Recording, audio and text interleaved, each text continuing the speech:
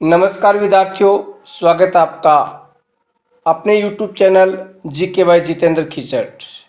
हम अपनी इस श्रृंखला में हमारा अगला वीडियो है समकालीन विश्व में सुरक्षा। यानी हमने एक विशेष श्रृंखला शुरू की है कि पूरी राजनीतिक विज्ञान का एक ही दिन में रिवीजन।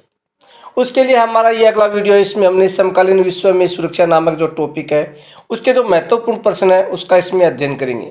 अगर आप चैनल पे नए हैं तो चैनल को सब्सक्राइब करें, वीडियो को ज़्यादा से ज़्यादा शेयर करें एवं लाइक करें।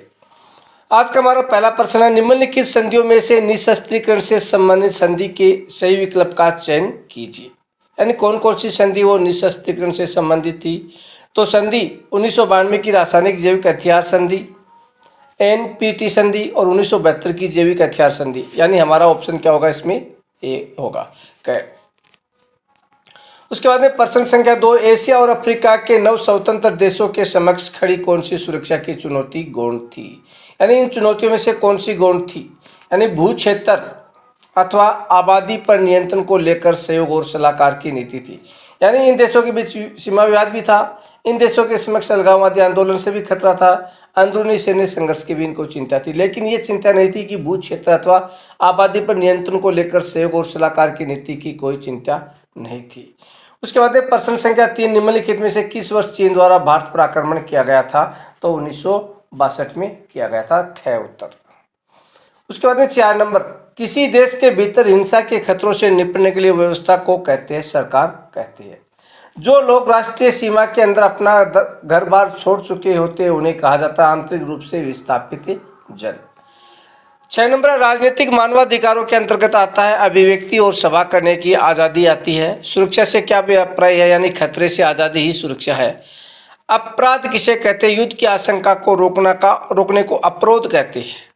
उसके बाद में एमपीटी का शब्द विस्तार कीजिए। एमपीटी का होता है परमाणु अप्रसार संधि, न्यूक्लियर नॉन प्रोसिलेशन प्रेक्षण ट्रीटी।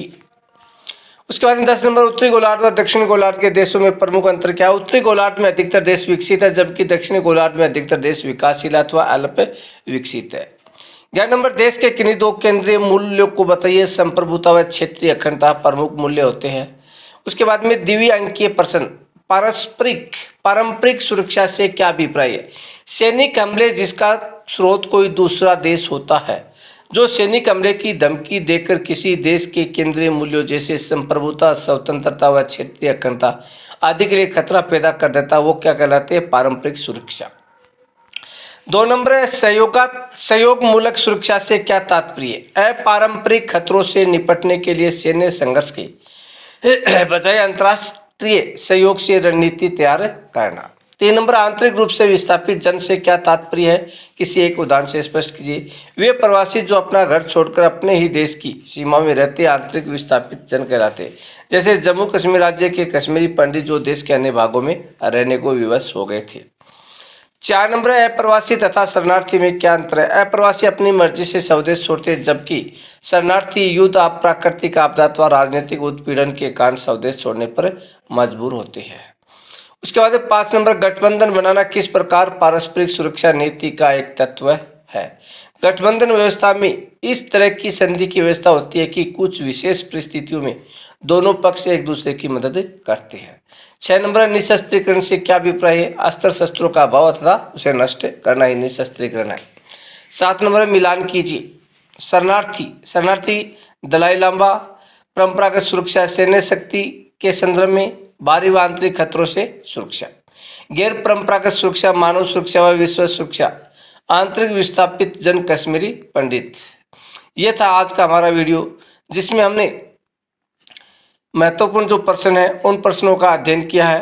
तो सभी विद्यार्थी इन प्रश्नों को अच्छी तरीके से तैयार करें ताकि आपके पेपर में आपको इससे सहयोग मिल सके।